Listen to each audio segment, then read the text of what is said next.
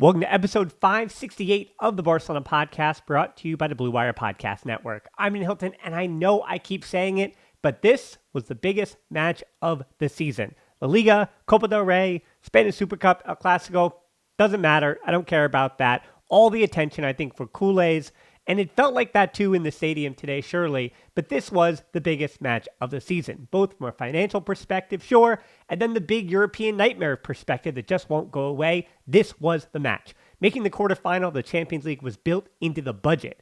Making the quarterfinal of the Champions League felt like the minimum with the team that was assembled at the start of the season, injuries or not. And Barcelona did just that. So that means more Champions League stuff is coming up. And so that you don't miss it, subscribe to the YouTube channel or on the podcast apps. All that helps. Or get the shows without the ads on Patreon.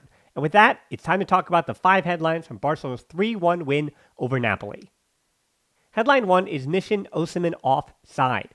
Right from the jump, you could see that Osimhen, with Cubarsi playing as a left center back and not the right center back, and Osimhen being left-footed, he was going to be going right at Cubarsi, where I was kind of surprised that I thought Xavi was going to have Cubarsi on the right, so that he was playing more at his natural right feet, where we've seen him have even more success opening the game up, and then having Araujo on the left with Cubarsi in the middle to help out with those aerial duels coming over. But no, he decided to trust Cubarsi as the left center back to support Cancelo, who would be staying a little bit more at home and only joining the attack when the time is right, as opposed to all the time like Cancelo's instincts might be. This game started from the jump with plenty of buzz, which always worries me when it comes to Barcelona at home, of course, making it a shootout. There was 38 total shots in this game, Barcelona with 24, Napoli with 10, shots on target were 10-4, and Barcelona didn't even win the possession battle. And while those kind of stats don't tell you anything from the grand picture of the contest, certainly from the opening jump, it meant that there was going to be goals. First minute, Lamine Yamal had the first shot, Gundogan won the ball back, and Rafinha played the Rabona. You can't take the Brazilian out of the boots. Third minute, dummy by Rafinha, and Politano came back to get it. A good start, though, from Barcelona by even the third minute. Lamine Yamal picked it up on the touchline at midfield and went right at Merida Rui, which was going to be a theme all evening. Merida Rui had no shot against Lamine Yamal, and I actually was a bit surprised that Calzona did not start Matias Oliveira, instead bringing him in off the bench for Merida Rui, a decision that I think Calzona is going to be thinking about tonight. The next attack in the 5th minute by Barcelona saw the 16-year-old immediately doubled from that point on. And there were moments, yes, when it was Merida Rui on an island by himself, but generally a double was always coming for the 16-year-old.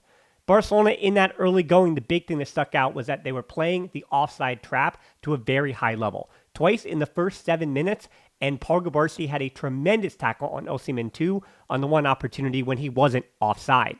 Cubarsi, like he has been the last few weeks when he has arguably been Barcelona's best defender, though Koundé has also regained his form to give him a run for his money, but is defending on the front foot like I've talked about on the podcast, and he's also changing his speed to leave Osimhen offside, because Osimhen in a foot race, of course, is quicker than Cubarsi and trying to play in behind him, but by trusting the other 3 defenders and defending on the front foot, so that means taking a step forward instead of backward and opening up your hips to turn, by just trusting the offside trap, that's how you can have good success with it. And it's successful until it's not. Barcelona also the first team in the Champions League history to have 2 U18 starters in a knockout match. Lamine Yamal and Pau Cubarsi, who by U18, they're 16, and Cubarsi just turned 17. That tells you how much Barcelona relies on them, and that tells you what a big match it was for them as well. It wasn't just for Barcelona to throw their teenagers out there like Xavi has been relying on them. We know that they're special, sure, but that's a little record that shows you the history of Barcelona not only relying on these young players, but just how essential they are in the biggest match of their careers. Headline 2 is third time's the Fermín Charm. 19th minute, a chance from Fermin Lopez, who didn't have to start this match, but he also kind of did because he was the only other midfielder available, and Xavi decided to start Rafinha on the wing instead of João Felix and putting Rafinha in midfield to substitute for Fermin Lopez. And I think Xavi obviously he made the right choice, but I also think he made the right choice on paper to play midfielders in the midfield and forwards up on the forward line against Napoli's side that also plays in the 4-3-3. So it's a good mirror, and trusting that in that mirror of that 4-3-3, you had the better players. 9th minute, though, Fermin Lopez too wide with the shot. Gundogan was available, and I do rate these moments down to say, oh no, is that going to come back to bite him? And this was the first chance for Fermin Lopez. Moments after that, a foul on Lamine Yamal that wasn't called. No foul called at all for a clip that should have been a yellow card, and Merida Rui, that could have made the game even worse if he had gone in the book at that moment. 13th minute then, a terrific ball from Cubarsi to Fermin Lopez, running in behind, but his first touch took him to an odd position to take the shot, and Napoli closed him down. That was, I guess if it had been wrong, it would have been strike 2, but that was a second chance for Fermin Lopez. Then finally, the 15th minute, Barcelona doing something with possession here. They had already tried to get in behind Napoli, and now they decide to just, with possession, take a breath and make something happen. So 15th minute, Cubarsi to Cancelo to Rafinha, who was running in behind, and Rafinha on the left, deciding to be a winger too. Maybe his best move we've seen from him on the left all season. The cutback, Lewandowski let it roll or couldn't get to it. Probably intended for Lewandowski, but Fermin Lopez was making the run into the box. Perfect timing and a ton of space. Nutmegged Juan Jesus on the shot, which confused the goalkeeper and basically passed it into the corner. Still had to be composed, still had to put enough power behind it. Fermin Lopez getting the goal by attacking the depth that Napoli was leaving in by trying to push some of their midfielders forward and then only having that defensive midfielder in Lobotka to try to defend. It was also interesting that Xavi had commended Lobotka as the most dangerous player that Napoli had in the presser yesterday, and for him to be the guy that was kind of leaving that space or unable to track Fermin Lopez on that shot. And Rafinha on the left also getting it behind with Cancelo staying at home. Really good tactics from Xavi, and as I have said throughout the season, Xavi from the jump gets it right so many times. It's the rest of the game and the lack of control and all those things that do make you worry, and that was the story of this game too. Headline 3, out and running but not defending. The 2-0 shortly after the first one, 17th minute. Second goal comes on a counterattack. Lamine Yamal flips it over to the defender and he's off to the races. A ton of room and time to make this decision. Other players I might have worried, but no, it's a 16-year-old. I completely trust him to make the right choice, and he does. Plays the ball right into the path of Rafinha, who took one touch and could have scored, but Rafinha hits the post, and the ball bounces perfectly into the path of Cancelo, who was getting forward at the time. Again, picking his spots. Cancelo, a good job getting forward on the counter here. Nothing straightforward about the finish either that Thierry Henry talked about at halftime there. Good job by Cancelo to have the balance, to get over the ball, put enough on it to get by the keeper, and put that one right into that pocket in the net. Napoli, by the 25th minute, though, had decided to set up in a medium block. Good tactics by Calzona to try to calm everything down. They also had a little more intensity on the press, so calm everything down defensively and use more energy and aggression moving forward. So they were playing higher themselves. And against that offside trap, they were moving the line of confrontation that you've heard me talk about before up in Barcelona's half of the field, which is not where a scrambly, and you're going to hear me use that, or a scrambling word quite a bit here for the rest of this 5 headlines, but making Barcelona scramble a little bit more in their own half. So that was the key for them to take back control, that being Napoli, of this game down 2-0, and use the ball to put some pressure on Barcelona, and see if Barcelona would get a bit too excited up 2-0 and leave holes while going for the third. Barcelona didn't leave the holes, but they did cave under the pressure. Romani was a center back who came forward, and Politano, well done to cut it back as Araujo and Cubarsi had both gone to Osimhen at the near post, and Cancelo got beat by Politano. And more importantly, I think, Gundogan didn't track the runner into the box. And it was frustrating that Barca again conceded from something that started as a dead ball situation. This was a throw-in. Another time that Barca conceded off a throw-in, and that has not been a good enough area under Xavi. So at this point, it's game on, I guess. Di Lorenzo's going to be up tonight thinking about that header that could have made it 2-2, but Ter Stegen made a necessary glove save, and you do need at least one of those in every Champions League match from your goalkeeper. You do need one that keeps you in it. Mario Verri with the fine delivery. Nearing halftime, Barcelona were a little lighter on the press as legs got heavy. That means that you need to win the second ball then and stay close to the attackers. And I thought it was a really good job nearing halftime by Cubarsi and Koundé not to allow the Napoli attackers to turn, and a good job as the half was coming to an end by Gundogan with some clever ball retention to keep calm in Barca's half, including getting fouled. Picking up those fouls like that in your own half of the field, that gives you a minute to breathe and get to the halftime whistle. Plus, Rafinha winning those 2 corners took time off the clock too. Headline 4, that Barca in Europe feeling. Even up 2-1 at halftime, I had the same pit in my stomach that you did if you're a Kool-Aid. And if you're just watching or listening to this as a neutral, yes, all Barcelona fans are nervous. Even up at home, 2-1, doesn't matter who it's against if it's in Europe. It was a good start for Napoli in the second half too, which kind of made that pit feel a little more like an ulcer.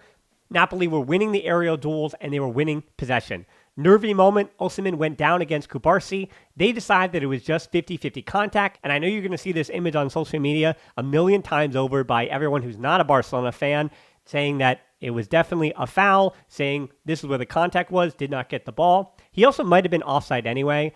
And I know this isn't the rule. If the referee had stopped it to look at it, that means that he could have been offside at that point, but they said that it wasn't enough contact anyway to even look if he was offside, which he probably was. So there's two different versions of I don't want to hear about it. But still, the scrambling Barca defense started on the back foot in the second half, worrying signs.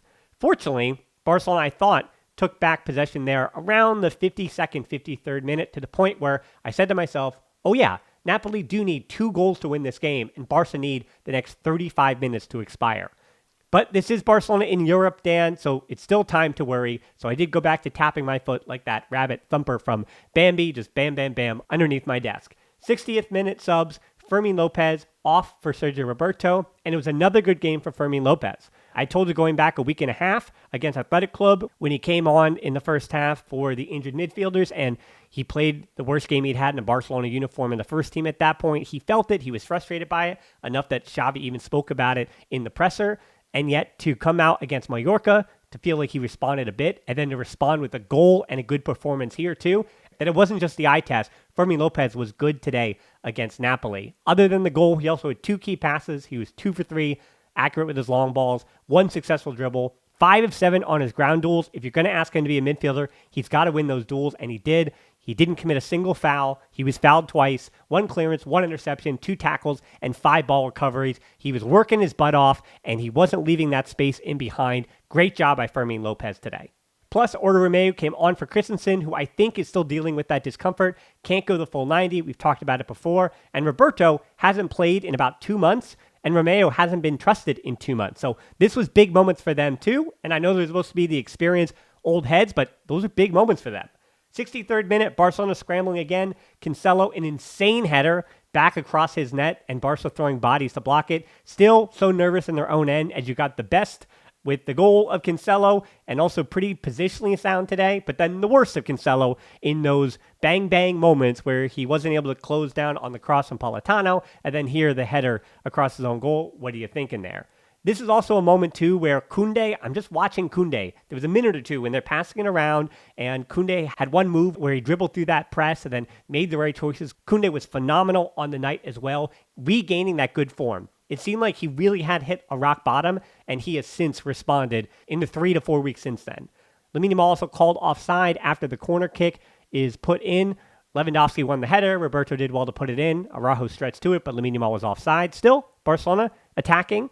And yes, they were missing De Jong and Pedri, but as Barcelona were fighting for control and needed to win this match, this was a moment where I really was missing Gabi. And again, it's no disrespect to Roberto or Romeu, but I would love to see Gabi on in this game to close it out, and does make you feel like, what if Barcelona were in the same circumstance with De Jong, with Pedri, and with Gabi? But you can't cry about the what ifs. Gundogan got a good shot to force a save, wrapping his leg around it. Lewandowski missed the follow-up and failed to control the subsequent corner. But still, I thought Lewandowski put in a shift, didn't make it all about himself, didn't whine, just wanted to get the team result. So Lewandowski, even though those were 2 bad moments, I thought he was good in this game, and he deserved the goal that we're going to talk about. 78th minute, Lamine Yamal, another miss too, just wide of the goal. Well played to the chest to him by Gundogan, who just had a very quiet but solid game. The duel originally won in midfield by Roberto. And right after, Lindstrom, we want to talk about nightmares, missing the header. Ter Stegen was beaten. Cancelo was beaten. Barcelona was beaten. But enough luck for Barcelona, which is also part of the game. So luck was on their side tonight. 81st minute, João Felix on for Rafinha. Rafinha or Lamine Yamal. Who is keeping the ball better? Who are you going to take off? I wouldn't play Lamine Yamal for the next, I'm not kidding, 2 or 3 weeks. I don't want to see him against Atletico Madrid. I don't want to see him until maybe even El Clasico. Just leave him on the bench for a while. I don't want to see Lamine Yamal. Or next time for Europe, I guess we'll say. You know the answer, though, as to why Rafinha came off for Lamine Yamal at that moment. And then headline 5, biggest win of the season, 83rd minute, throw-in for Barcelona. So yes, they conceded on a throw-in, but I'm glad they made up for it, scoring on a throw-in. Roberto to Gundogan, beautiful through ball, back to Roberto, the square ball for Lewandowski, and that's it.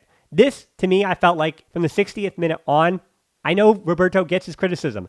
I don't think he should probably be in the team next year. Does he really add enough as a 25th player? Is he really adding enough in the locker room to be a captain? I'm not sure about all the things off the field. Obviously, I'm not there. But at least on this night, and I think in general, he doesn't complain. He's injured a lot, sure, but he's accepted the role that Xavi has for him. He's the first captain for FC Barcelona. He's still at home where he's always been. Finally, he played like an experienced captain tonight. Good job by him. The dude shows up in Europe. Sometimes he does. I know he's been there for a long time, and it's not a great sample size as far as the percentages, but years from now, all we'll have is just the memories, and there's a lot of memories of Sergio Roberto celebrating in Europe. Kvaratskhelia in stoppage time could have made it interesting for a moment, but it wasn't to be, and Barcelona held on. The big picture will definitely be talked about on tomorrow's podcast with Pablo Wolves Blanco, but this was, without hyperbole, the biggest win of the season. I don't think it was the biggest win of Xavi's tenure. I still think you could have picked one of the wins from the Liga last year or the Spanish Super Cup against Real Madrid. I know it's just a minor trophy, and maybe, Champions League round of 16 win is as important as the Spanish Super Cup. I think it is, at least to neutrals or anybody who might be watching. So for Xavi, I think this was a big success for him. As I said, without hyperbole, the biggest win of at least this season. It was the job he had to do before leaving, was to get to the quarterfinal. Financially, Barcelona needed it. And just like all the negative failures in Europe the last few seasons, we're going to pay negative dividends, and you hear about it months down the road and say, well, Barcelona don't have the budget for this or that because this happened. Just getting this job done was so necessary, so essential for Xavi and the club that he loves so much in FC Barcelona, looking into the future past when he's no longer manager. As I said, podcast tomorrow, so look out for that on the YouTube channel or wherever you get your podcast, or without the ads on Patreon. Close Facebook group, Discord, that's how you be a part of the community. And most importantly, thanks so much for listening, whether Barcelona winning the Champions League or they're out in whatever, the quarterfinal of the Copa del Rey. Thank you for always being with me. And until next time, we'll talk to you soon, and Forza Barça.